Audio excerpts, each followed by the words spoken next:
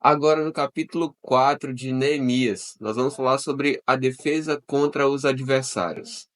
A partir do versículo 1 vai dizer o seguinte: Quando Sanbalate ouviu que nós estávamos reconstruindo a muralha, ficou irado e indignado e começou a zombar dos judeus. Na presença de seus irmãos e do exército de Samaria, ele diz: O que é que esses judeus fracos estão fazendo? Vocês vão permitir que eles continuem? Será que vão oferecer sacrifícios? Pensam que podem acabar a obra num só dia? Será que as pedras que foram queimadas poderão renascer daqueles montões de pó? Tobias, o amonita, estava com Sanbalate e disse: Mesmo que reconstruam, se vier uma raposa, derrubará aquela muralha de pedras. Ouve, ó nosso Deus, pois estamos sendo desprezados. Faze com que o seu desprezo recaia sobre a cabeça deles, e faz com que sejam despojo numa terra de cativeiro. Não encubras a sua iniquidade, e que o pecado deles não seja apagado diante de ti, pois te provocaram a ira na presença dos construtores. Assim, reconstruímos a muralha, e toda a muralha foi acabada até a metade da sua altura, porque o povo tinha ânimo para trabalhar. Mas quando Sanbalate, Tobias, os árabes, os amonitas e os asdoditas ouviram que a reparação das muralhas de Jerusalém ia adiante e que já se começavam a fechar-lhe as brechas, ficaram muito irados. Todos se ajuntaram de comum acordo para virem atacar Jerusalém e criar confusão ali. Porém, nós oramos ao nosso Deus, e como proteção, pusemos guarda contra eles, de dia e de noite. Então os que estavam em Judá disseram: Os carregadores já não têm mais forças, e os escombros são muitos. Nós mesmos não seremos capazes de reconstruir a muralha. Os nossos inimigos diziam entre si: Eles não ficarão sabendo nem verão nada, até que entremos no meio deles e os matemos. E assim vamos fazer com que a obra pare. Os judeus que habitavam na vizinhança deles nos disseram 10 vezes: De todos os lugares onde moram, eles nos atacarão. Então pus o povo por famílias nos lugares baixos e abertos, por detrás da muralha, com as suas espadas, as suas lanças e os seus arcos.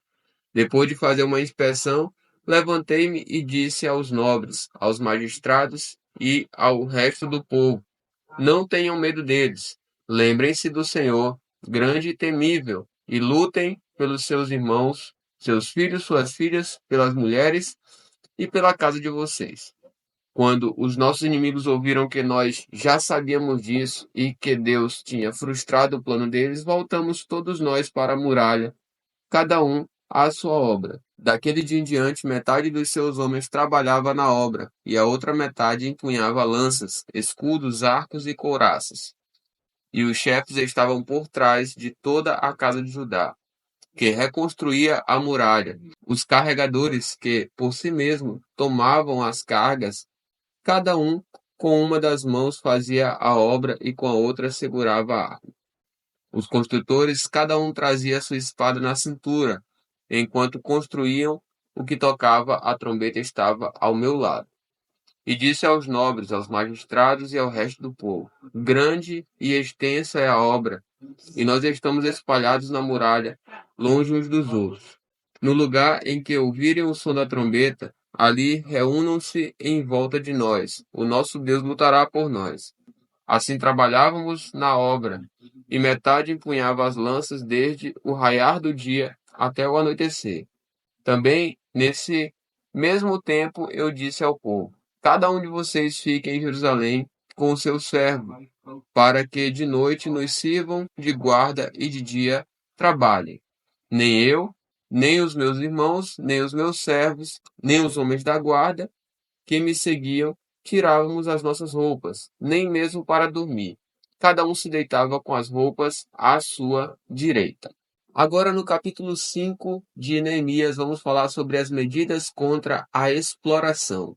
A partir do versículo 1 vai dizer o seguinte: Então se levantou grande clamor do povo e de suas mulheres contra os judeus seus irmãos. Porque havia os que diziam: somos muitos, nós, os nossos filhos e as nossas filhas. Precisamos conseguir trigo para que possamos comer e continuar vivos. Também houve os que diziam: nós tivemos de hipotecar as nossas terras, as nossas vinhas e as nossas casas para conseguirmos trigo em meio a esta fome. Houve ainda os que diziam: pegamos dinheiro emprestado até para pagar ao rei o tributo sobre as nossas terras e as nossas vinhas. Nós somos da mesma carne que os nossos compatriotas, e os nossos filhos são tão bons como os deles. No entanto, eis que sujeitamos os nossos filhos e as nossas filhas para serem escravos. Algumas de nossas filhas já estão reduzidas à escravidão. Não podemos fazer nada para evitar isso, pois os nossos campos e as nossas vinhas já são de outros. Fiquei muito irritado ao ouvir essas palavras e o clamor deles. Depois de ter pensado bem a respeito disso, repreendi os nobres e magistrados e lhes disse: vocês são exploradores, cada um para com o seu irmão. E convoquei uma grande assembléia contra eles. Disse-lhes: nós, de acordo com as nossas posses, resgatamos os judeus, nossos compatriotas que foram vendidos aos gentios. E agora vocês estão querendo vender os seus compatriotas para que tenhamos de comprá-los outra vez? Então eles se calaram e não acharam o que responder. Disse mais: não é bom o que vocês estão fazendo. Não é fato que vocês deviam andar no temor do nosso Deus para evitar a vergonha diante dos nossos inimigos, os gentios? Também eu, os meus companheiros e os meus servos lhes demos dinheiro emprestado e trigo. Mas, por favor, vamos parar com essa exploração. Peço que hoje mesmo vocês lhes restituam as suas terras e as suas vinhas, os seus olivais e as suas casas, bem como a porcentagem do dinheiro, do trigo, do vinho e do azeite que vocês exigiram deles. Eles responderam: vamos restituir e nada pediremos deles. Faremos o que você está dizendo. Então chamei os sacerdotes e, na presença deles, fiz com que jurassem que fariam o que prometeram. Também sacudi o meu manto e disse: que Deus faça o mesmo, sacudindo para fora da sua casa e de seu trabalho todo aquele que não cumprir esta promessa. Que assim seja sacudido e despojado. E toda a congregação respondeu: amém, e louvaram o Senhor. E o povo fez segundo a sua promessa. Agora vamos falar sobre o bom exemplo de Neemias. A partir do versículo 14 vai dizer o seguinte: também desde o dia em que fui nomeado governador na terra de Judá, desde o 20º ano até o 30º ano do reinado de Artaxerxes, 12 anos, nem eu, nem os meus companheiros comemos o pão que me cabia como governador. Mas os primeiros governadores que estiveram antes de mim oprimiram o povo e tomaram dele pão e vinho, além de 40 moedas de prata. Até os seus servos dominavam sobre o povo. Eu, porém, não fiz assim por causa do temor de Deus. Pelo contrário, também trabalhei na reconstrução da muralha sem comprar nenhuma terra, e todos os meus servos se ajuntaram ali para a obra. Também hospedei 150 homens dos judeus e dos magistrados, além daqueles das nações vizinhas que vinham até nós. O que se preparava para cada dia era um boi e 6 ovelhas escolhidas. Também à minha custa eram preparadas aves e, de 10 em 10 dias, muito vinho de todos os tipos. Nem por isso exigi o pão devido ao governador, porque a servidão deste povo era grande. Lembra-te de mim para o meu bem, ó meu Deus, e de tudo o que fiz por este povo. Agora, no capítulo 6 de Neemias, nós vamos falar sobre os planos contra Neemias. A partir do versículo 1 vai dizer o seguinte: quando Sambalate, Tobias, Gesem, o árabe e o resto dos nossos inimigos ouviram que eu tinha reconstruído a muralha e que nela já não havia brecha nenhuma, ainda que até este tempo eu ainda não tivesse colocado os portões no seu lugar, Sambalate e Gesem mandaram dizer a mim: venha, vamos nos encontrar numa das aldeias do vale de Ono. Na verdade, o que eles queriam era me fazer mal. Por isso enviei-lhes mensageiros para dizer: estou fazendo uma grande obra e não posso descer até aí, porque devo parar a obra para ir me encontrar com vocês. 4 vezes eles fizeram o mesmo pedido, mas eu lhes dei sempre a mesma resposta. Então Sambalat me enviou pela 5ª vez o seu servo, que trazia na mão uma carta aberta. Nela estava escrito o seguinte: entre os gentios se ouviu, e Gesem também está dizendo que você e os judeus estão querendo se rebelar, e que por isso você está reconstruindo a muralha. Também, segundo se diz, você quer ser o rei deles. E pôs alguns profetas para falarem a respeito de você em Jerusalém, dizendo: ele é o rei de Judá. Ora, isso certamente vai chegar aos ouvidos do rei, portanto, vem agora e vamos em conjunto conversar a respeito disso. Mandei dizer-lhe: nada disso que você está dizendo aconteceu. Você está inventando tudo. O que todos eles queriam era nos amedrontar. Eles diziam: as mãos deles largarão a obra e ela não será concluída. Agora, pois, ó Deus, fortalece as minhas mãos. Quando foi à casa de Semaías, filho de Delaías, filho de Mehetabel, que estava impedido de sair de casa, ele me disse: vamos nos encontrar na casa de Deus dentro do templo. Vamos fechar as portas do templo, porque virão matar você. De noite eles virão matar você. Porém eu disse: você acha que um homem como eu fugiria? Alguém como eu entraria no templo para salvar a vida? De maneira nenhuma entrarei. Então percebi que não era Deus quem o tinha enviado, mas que ele falou tal profecia contra mim, porque Tobias e Sambalate o haviam subornado. Para isto, o subornaram, para me amedrontar e para que, fazendo isso, eu viesse a pecar, para que pudessem atacar a minha reputação e me afrontar. Lembra-te, meu Deus, de Tobias e de Sambalate, segundo as coisas que fizeram, e também da profetisa Noádia e dos outros profetas que quiseram me amedrontar. E agora vai falar sobre a reconstrução da muralha ser terminada. A partir do versículo 15 diz o seguinte: a reconstrução da muralha foi terminada aos 25 dias do mês de Elul, em 52 dias.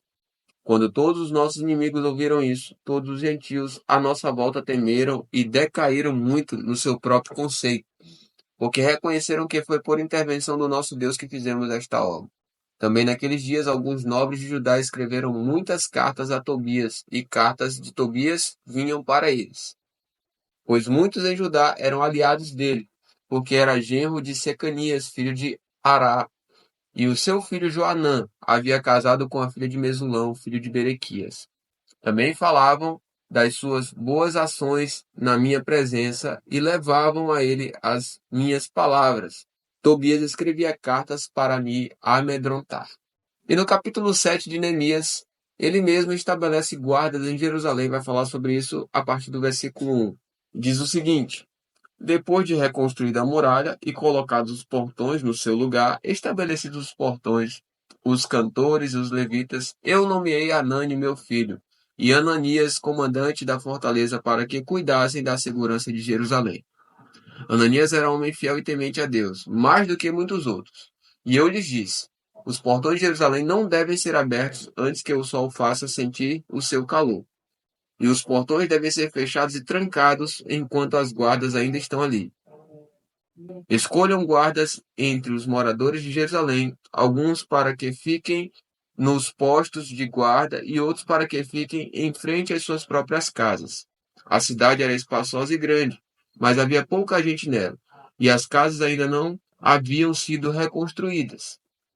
E agora vai falar sobre a relação dos que voltaram de Jerusalém. A partir do versículo 5 vai dizer o seguinte: então meu Deus me pôs no coração que ajuntasse os nobres, os magistrados e o povo para registrar as genealogias. Achei o livro da genealogia dos que foram os primeiros a voltar do cativeiro, e nele estava escrito: estes são os filhos da província que voltaram do cativeiro, do meio dos exilados que Nabucodonosor, rei da Babilônia, tinha levado para lá. Eles voltaram para Jerusalém e para Judá, cada um para a sua cidade. E vieram com Zorobabel, Jesua, Neemias, Azarias, Raamias, Naamane, Mordecai, Bilzan, Misperate, Bigvai, Neum e Baaná. Eis o número dos homens do povo de Israel. Os filhos de Parós, 2.172. Os filhos de Cefatias, 372. Os filhos de Ará, 652. Os filhos de Pate, Moabe, Dos filhos de Jesua e de Joabe, 2.818. Os filhos de Elão, 1.254. Os filhos de Zatu, 845. Os filhos de Zacai, 760. Os filhos de Binuí, 648. Os filhos de Benai, 628. Os filhos de Asgade, 2.322. Os filhos de Adonicão, 667. Os filhos de Bigvai, 2.067. Os filhos de Adim, 655. Os filhos de Até, da família de Ezequias, 98. Os filhos de Azum, 328. Os filhos de Bezai, 324. Os filhos de Arife, 112. Os filhos de Gibeão, 95. Os filhos de Belém e de Netofá, 188. Os filhos de Anatote, 128. Os filhos de Bet-Asmavete, 42. Os filhos de Criate-Jearim, Sefira e Beerote, 743. Os filhos de Ramá e Geba, 621. Os filhos de Micmais, 122. Os homens de Betel e Ai, 123. Os homens do outro Nebo, 52. Os filhos do outro Elão, 1.254. Os filhos de Arim, 320. Os filhos de Jericó, 345. Os filhos de Lode, Adane e Ono, 721. Os filhos de Senaá, 3.930. Os sacerdotes, os filhos de Gedaías, da casa de Jesua, 973. Os filhos de Imer, 1.052. Os filhos de Pazu, 1.247. Os filhos de Arim, 1.017. Os levitas, os filhos de Jesua, de Cadmiel, dos filhos de Rodeva, 74. Os cantores, os filhos de Asaf, 148. Dos porteiros, os filhos de Salom, os filhos de Até, os filhos de Talmon, os filhos de Acube, os filhos de Atita, os filhos de Sobai, 138. Os servidores do templo, os filhos de Zia, os filhos de Razufa, os filhos de Tabaote, os filhos de Queros, os filhos de Sia, os filhos de Padom, os filhos de Lebana, os filhos de Hagaba, os filhos de Salmai, os filhos de Anã, os filhos de Gidel, os filhos de Gaar, os filhos de Reaías, os filhos de Rezim, os filhos de Necoda, os filhos de Gazão, os filhos de Uzá, os filhos de Pesaía, os filhos de Bezai, os filhos de Meonim, os filhos de Nefuzepsim, os filhos de Baquebuque, os filhos de Hacufa, os filhos de Harur, os filhos de Basilite, os filhos de Meida, os filhos de Harsa, os filhos de Barcos, os filhos de Císara, os filhos de Tamar, os filhos de Nesias e os filhos de Ratifa, os filhos dos servos de Salomão, os filhos de Sotai, os filhos de Soferete, os filhos de Perida, os filhos de Jaala, os filhos de Darcon, os filhos de Gidel, os filhos de Cefatias, os filhos de Ratil, os filhos de Poquerete Razabaim e os filhos de Amon. Todos os servidores do templo e os filhos dos servos de Salomão eram 392. Os seguintes voltaram de Tel-Melá, Tel-Arzá, Querube, Adom e Imer, porém não puderam provar que as suas famílias e a sua linhagem eram de Israel. Os filhos de Delaías, os filhos de Tobias, os filhos de Necoda, 642. Dos sacerdotes, dos filhos de Rabaías, os filhos de Cós, os filhos de Barzilai, que tinha casado com uma das filhas de Barzilai, Gileadita, e que foi chamado pelo nome dele. Estes procuraram o seu propósito nos livros genealógicos, porém não acharam, por isso foram considerados impuros para o sacerdócio. O governador lhes disse que não comessem das coisas sagradas até que se levantasse um sacerdote capaz de decidir a questão por meio de Urim e Tumim.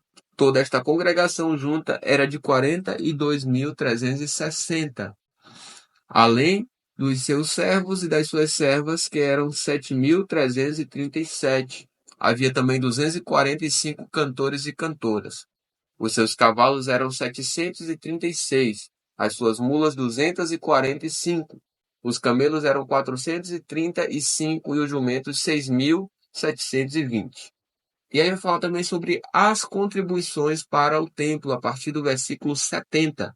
Diz o seguinte: alguns dos chefes das famílias contribuíram para a obra. O governador deu para o tesouro 8,4 kg de ouro, 50 bacias e 530 vestes sacerdotais.